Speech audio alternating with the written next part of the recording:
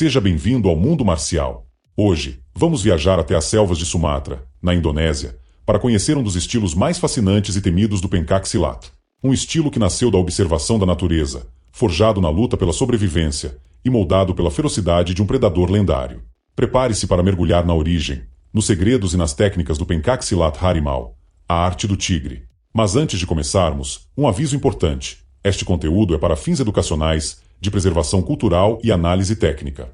Nós promovemos o respeito por todas as artes marciais e a não-violência. A prática deve sempre ser supervisionada por um instrutor qualificado. O Pencaksilat Harimau, também conhecido como Silek Harimau, tem suas raízes profundamente ligadas à cultura e à história do povo Minangkabau, em Sumatra Ocidental, na Indonésia. A origem dessa arte remonta a um período ancestral, em torno do século XII, quando o arquipélago indonésio ainda era composto por pequenos reinos e aldeias independentes. De acordo com os registros tradicionais e as lendas orais da região, o Harimau foi desenvolvido por Datuk Suridirajo, um guerreiro e nobre Minangkabau nascido na vila de Parianga, considerado o berço cultural do povo. Naquela época, os Minangkabau viviam em uma terra cercada por florestas densas, montanhas e planícies alagadas de arroz, um ambiente que exigia força, astúcia e capacidade de adaptação para sobreviver. Os combates eram parte da vida cotidiana. Disputas territoriais, defesa das aldeias e confrontos entre clãs exigiam que cada guerreiro dominasse técnicas eficazes tanto em pé quanto no solo.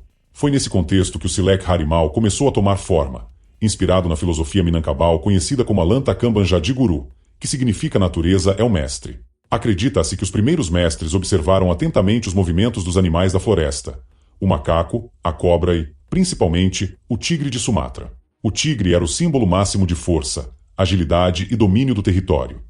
Sua forma de caçar e atacar influenciou diretamente o desenvolvimento das técnicas marciais locais.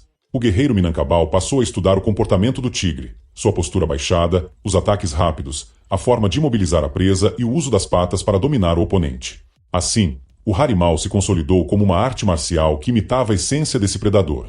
As posturas baixas e os deslocamentos próximos ao solo eram ideais para o tipo de terreno da região, escorregadio, lamacento e irregular. A posição agachada como um tigre se tornou a marca registrada do estilo, permitindo que o praticante atacasse com velocidade e precisão, mesmo em condições adversas. Durante séculos, o Silek Harimau foi ensinado de maneira secreta e tradicional, transmitido apenas entre famílias ou dentro de grupos de confiança. Os mestres, chamados de Guru Silek, passavam conhecimento oralmente e exigiam não apenas habilidade física, mas também caráter e disciplina.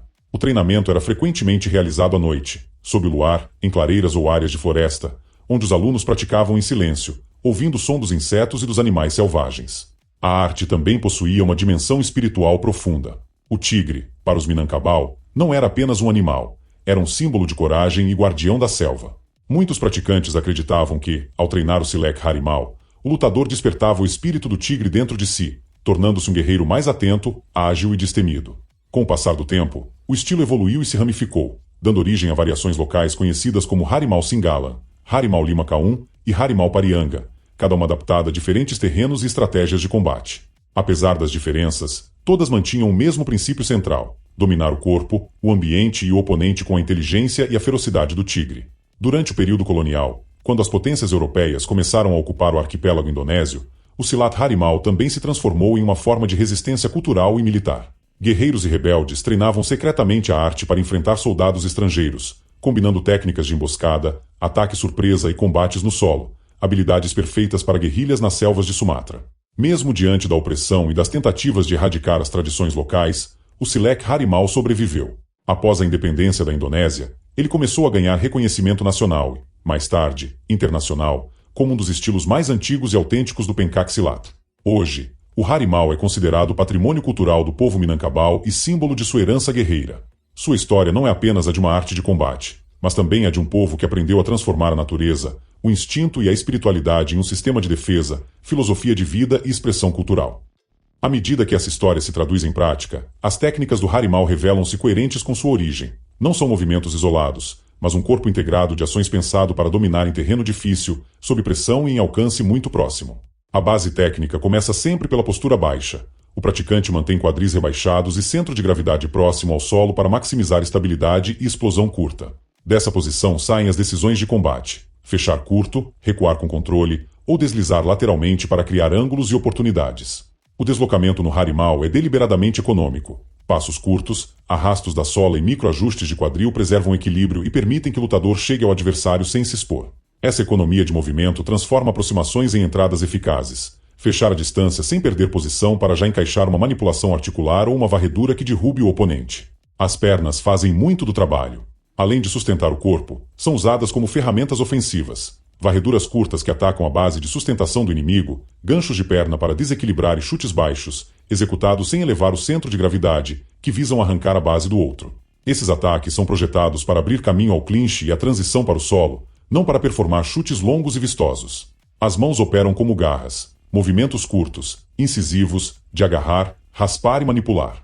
Em vez de combos longos de socos, o Harimau prioriza controlar, prender um braço, puxar a cabeça, torcer um pulso. Esse controle manual cria alavancas que permitem projeções curtas e quedas que funcionam com técnica e tempo, não com força bruta. Uma sequência típica parte do controle da cabeça-pescoço, passa pelo desbalanceamento e culmina em uma alavanca ou estrangulamento que neutraliza funcionalmente o adversário. A transição para o solo é tratada como extensão natural do combate. Os praticantes treinam entradas seguras ao chão, como cair controladamente e usar o quadril para se colocar em posição vantajosa, mantendo controle com joelhos e cotovelos. A luta no solo no Harimau é sobre posicionamento e peso, neutralizar movimentos adversários com microajustes, usar o corpo para imobilizar e finalizar. A fluidez pé-solo-pé transforma um confronto. Dominar essas transições permite converter defesa em controle duradouro.